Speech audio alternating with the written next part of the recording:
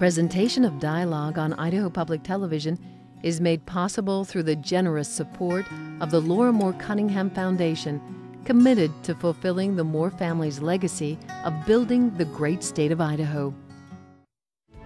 Coming up, he's defending a man who's confessed to committing some of the worst terrorist acts of our time and who says he wants to be martyred. A conversation with Idaho attorney David Nevin about Khalid Sheikh Mohammed, Guantanamo Bay, and civil liberties. That's Dialogue next. Stay tuned.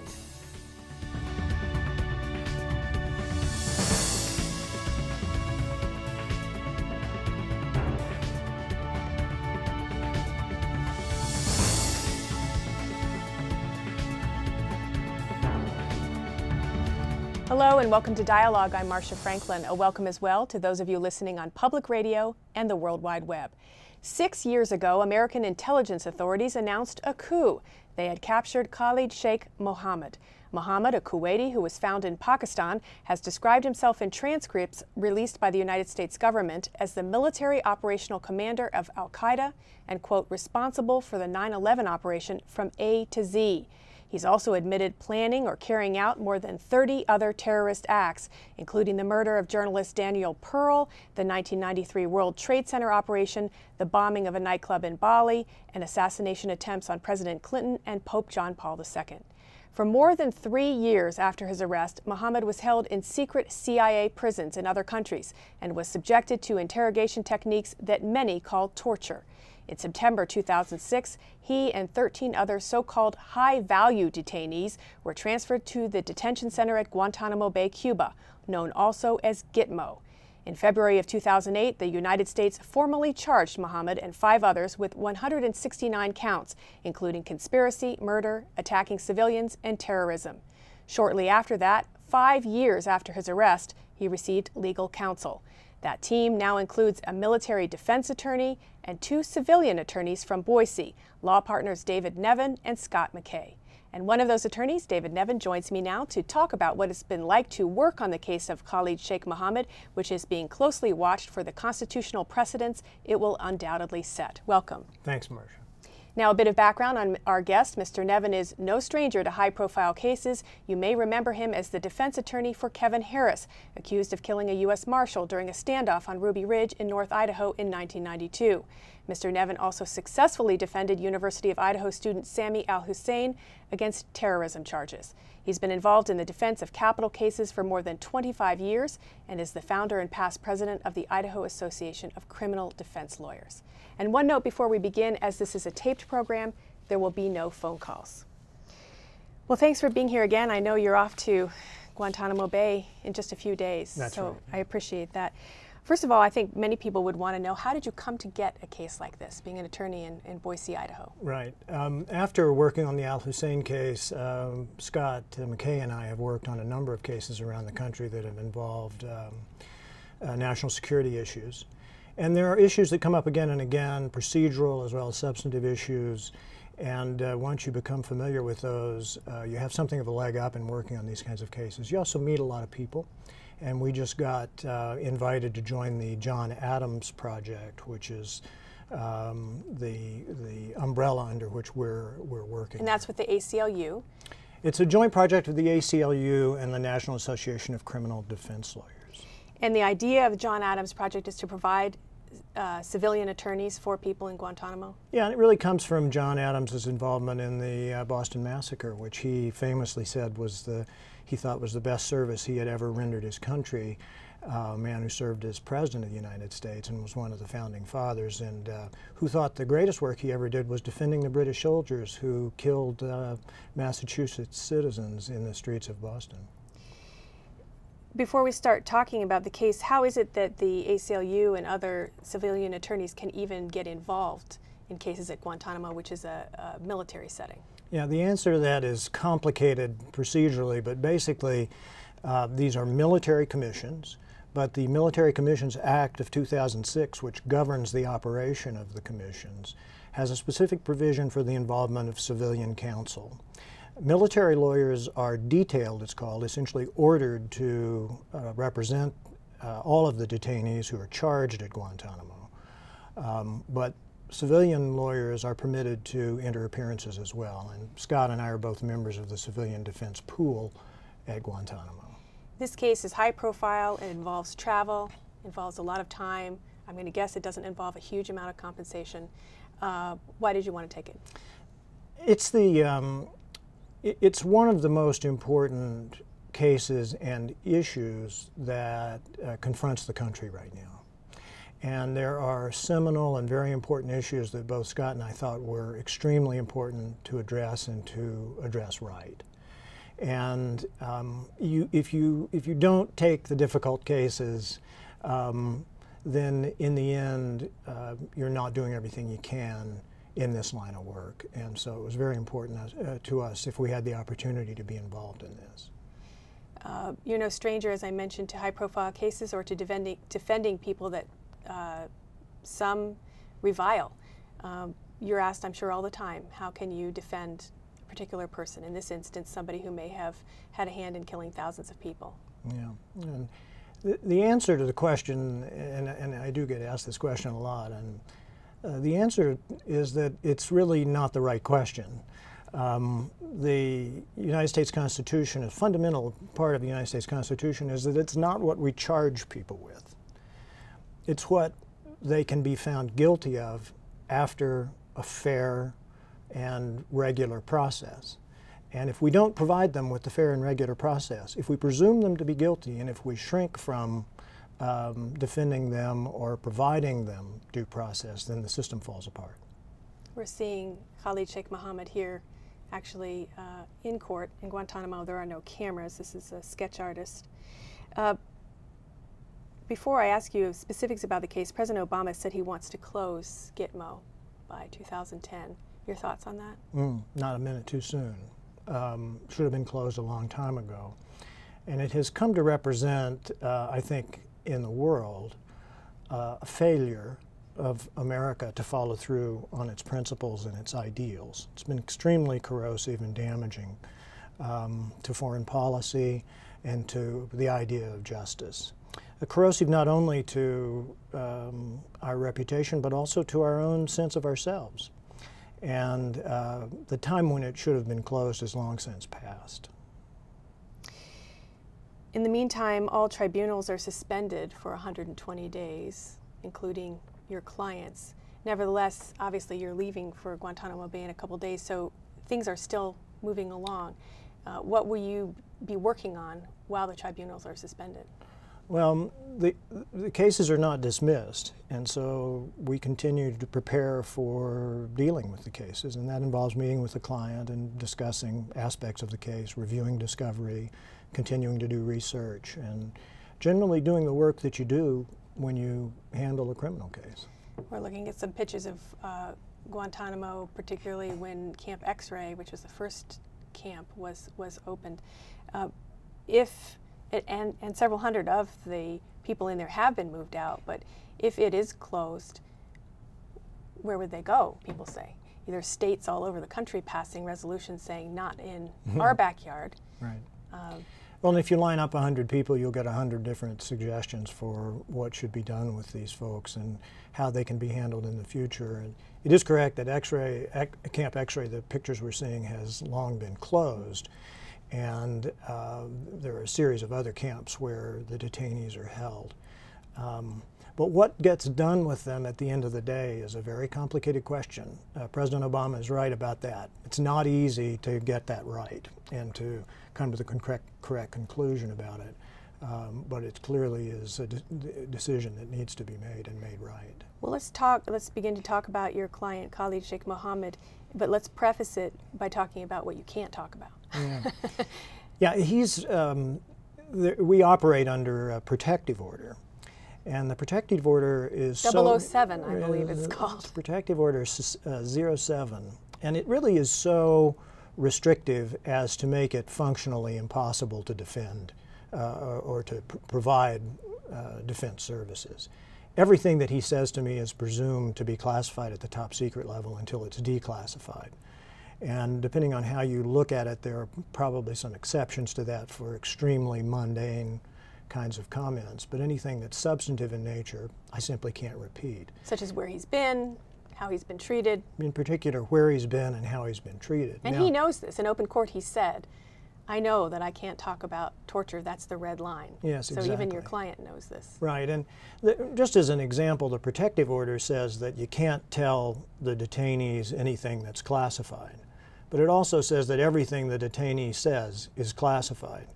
So if the detainee says to me, it's nice weather we're having, and I say nice weather, I've just repeated to him something he said to me, which was classified by virtue of the fact that he said it to me. I've violated the protective order now when I've repeated that back to him.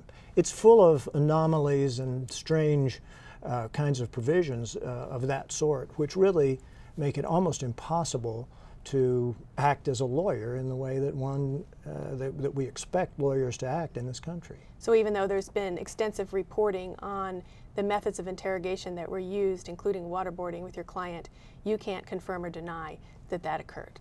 The director of the CIA says they waterboarded KSM. I can't say that they waterboarded KSM. I can't even say that I agree with the director. It's odd. I spent the week at last summer at Guantanamo, came home with my lips sealed and opened the New York Times on Sunday morning to find a front page story in which the people who are said to have tortured my client were speaking freely with the world. This has happened again and again throughout this case. Tell people watching some of the other differences with this court as opposed to other courts that lawyers practice in. I assumed everything that you talk about is taped. Are you even able to take your notes out?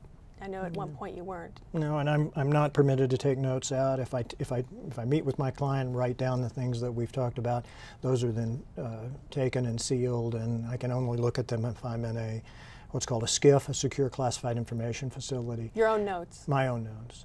And again, this hugely complicates the practice of the practice of law in this setting.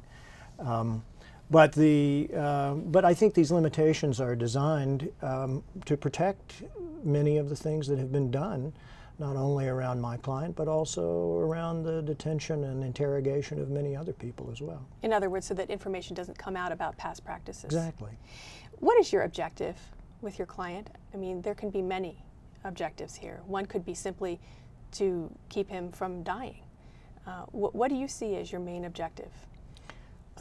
There's not a way I can answer that specifically. In addition to the classification rules, I'm acting as I have an attorney-client relationship with this person. And just as I do with anybody, when they tell me things and when we design strategies and when we work through things, I don't repeat that without explicit permission. So there's some limitations on what I can say about that. But really, I think the fairest thing to say is that I want to provide him with a good lawyer. I want this process to be one that's fair. Just as fair as it would be for a minor charge or a serious charge that were taking place here in the United States. Because if we decide that we're going to provide a different brand of justice to somebody when there are really serious charges, then all we need to do away with our constitutional protections is just charge people with really serious things. And then that's the end of it. And that's not workable. Now, he's already been charged in federal court in the past, in civilian court. Explain why we see now there was a recent ruling that one detainee from South Carolina, I think the only detainee that's in the United States, is now going to have a trial in civilian court. And there have been a number of studies that have been done in a very rigorous academic fashion, not just anecdotal, establishing that the federal court system is very well equipped to handle terrorism cases.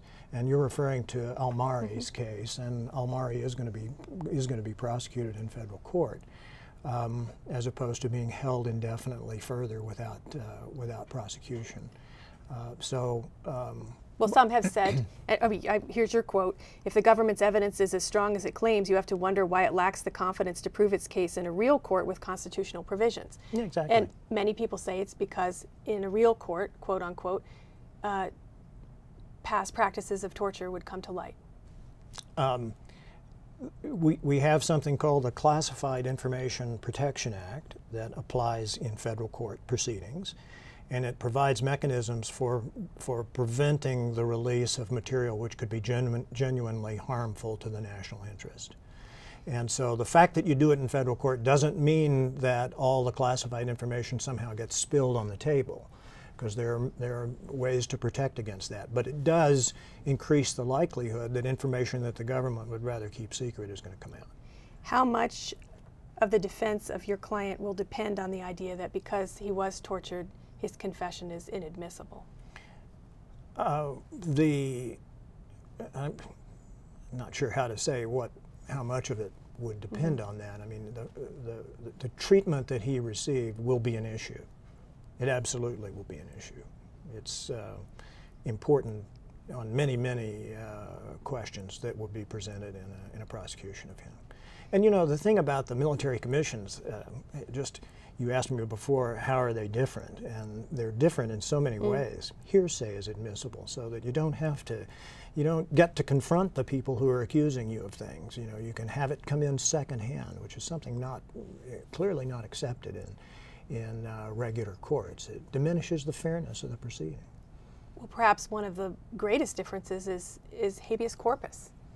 There have been several rulings on this in the Supreme Court against the way the tribunals are set up, habeas corpus meaning the right to say, hey, why am I here, basically, yeah, right? And each time a ruling came down from the Supreme Court, Congress kind of made another congressional act that got around it. But there is a recent ruling saying, once again, these prisoners have a right to contest why they are there. Yeah, will that affect your client? Yeah, the administration's approach to this is 0 for 3 or 4, depending on how you, depending on how you count it. And habeas corpus is a slightly different legal proceeding. It's a civil action in which a person says, I shouldn't be here, let me out. And at this point, we are dealing with a criminal case in a military commission alleging that Khalid Sheikh Mohammed has committed various crimes, war crimes. So the habeas is a slightly different idea, a slightly different issue. But of course, as you point out, last summer the Supreme Court said, you bet, habeas applies at Guantanamo. And now there remains the issue of whether habeas will apply in other places as well. What kind of ethical issues are involved when you have a client who has made statements in open court implicating himself, confessing to many, many acts of terrorism, and actually has asked the judge, as he did last fall, to allow him to plead guilty? Yeah. The ethical issues are extensive. There are many of them. They're complicated. They're difficult to figure out.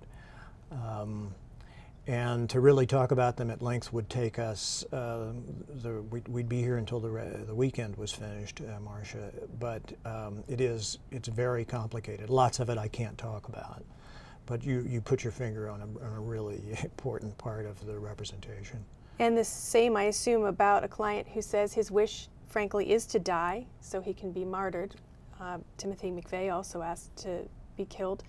How does that work as your attorney? Are you bound to try to keep him from doing that? Are you bound to respect his wishes? Yeah, and there are many different ways of looking at that. But I will tell you that it is not at all uncommon for people charged with capital crimes to want to confess, to want to be executed, to want to have the pain over with. It happens frequently in capital cases. And here you have a situation where, as you point out, Mr. Mohammed was arrested on March 1st of 2003 and didn't see a lawyer until the spring of 2008. And if you credit the public source reporting about what was done to him in the meantime, then you have to ask yourself, you have to look very carefully at the things that he says and does to sort them out and to assess them. Talk about this idea. A whole new classification of prisoners was created by the previous administration, illegal enemy combatants from failed states, so that the Geneva Conventions, in their view, did not apply. and that there could be something called indefinite detention, which is what we're seeing right now. Right. Yeah. So this is why it was so meaningful when Eric Holder at his confirmation hearings to be Attorney General said, "Look, waterboarding is torture. Acknowledge that." And acknowledge that now the Obama administration has said clearly the Geneva Conventions apply. This was all denied for so long. You know, just another anomaly. The convening authority in this case is a woman named Susan Crawford, or was, who was a former military judge. And Ms. Crawford also said openly in the days before the inauguration, she said these men were tortured. And that was part of the reasoning she followed for deciding that one of the high-value detainees would not be prosecuted.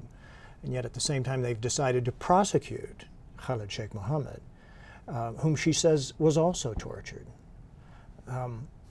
As I said before, all these other people can say that Mr. Mohammed was tortured. I can't. But set that aside.